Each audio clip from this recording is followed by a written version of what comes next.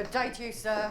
And a very good day to you, Mrs. D. And how do we find you on this fair morning? Exceedingly preoccupied, madam. Was ever thus? You've always been preoccupied.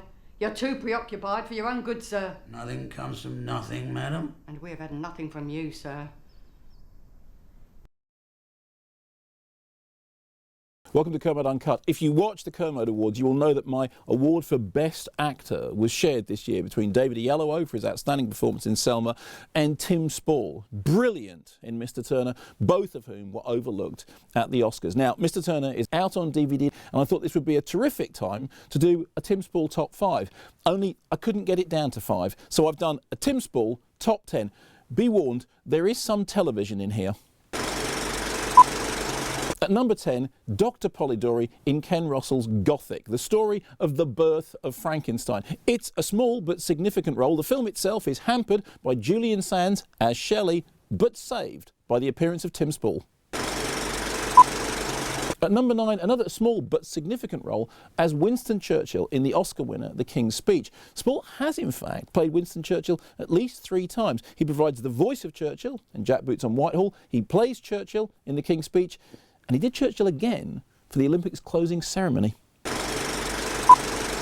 At number 8, Beano in Still Crazy. Now, I know what you're thinking, Still Crazy isn't a great movie. And no, it's not, but it has a terrific cast, Stephen Ray, Jimmy Nail, Billy Connolly, and of course Bill Nighy, and there is something about its washed-up rockerdom that somehow strikes a chord. I have no idea why. Which brings us to number 7, and Tim Spall's performance as Rosencrantz in Kenneth Branagh's brilliant screen adaptation of Hamlet. Now, I love that film. I love the 65mm photography. I love the way it looks, but the performances are universally terrific. Spall, in particular, again, small but significant role. Of course, Spall does have Shakespearean form. He played Othello and Macbeth on stage, and he's terrific in Hamlet. And on to number 6, and not one movie, but a series of movies, as Peter Pettigrew in the Harry Potter series. Funny thing with the Harry Potter series, when it started out, I really wasn't a fan. By the end, I'd been completely won over.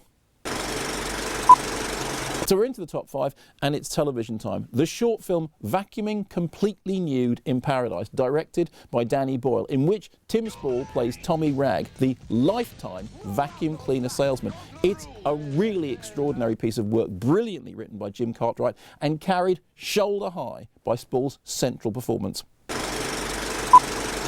On to number 4, and as I said before, out on DVD, Mr. Turner. Spall's performance as Mr. Turner is terrific, a growling, prowling, bear-like performance. There's a great story about it, that after one day of filming, he went into the local pub and, without thinking, went to the bar and said, "Are you a provider of wine?"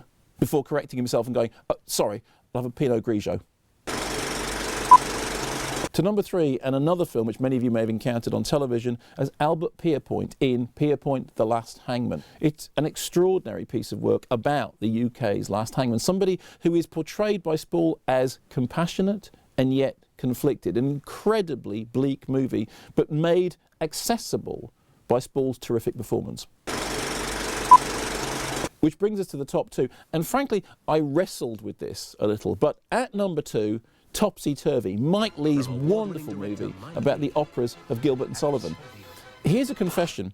When I first heard the announcement about Topsy Turvy, being directed by Mike Leigh, I thought they said that it was a film about Gilbert O'Sullivan.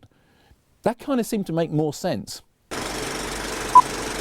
Which brings me to the number 1 spot and my own personal favourite Timothy Spall performance. There are so many to choose from, and I'm sure you have other suggestions, but for me it has to be Morris in Mike Leigh's Secrets and Lies. The film was a huge international success, which was fated with awards nominations, and deservedly so. It is, of course, Spall himself who has the soliloquy in which the phrase Secrets and Lies is significantly delivered. So where's the bolt of lightning? Secrets and lies. It's a wonderful performance, not least because it seems so natural. When you see him on screen, you kind of believe that that probably is how Tim Spall is in real life. It's there at number 1 for me, Morris in Secrets and Lies. Now, I know there was loads I overlooked. As I said, I couldn't get it down to 5. It was my top 10. But what are your favourite Timothy Spall performances? What didn't I manage to get in? And remember, out on DVD, don't miss it. If you didn't catch it in cinemas, Mr. Turner. And pray do not keep us waiting. We have our own lives to lead. Come along, daughters.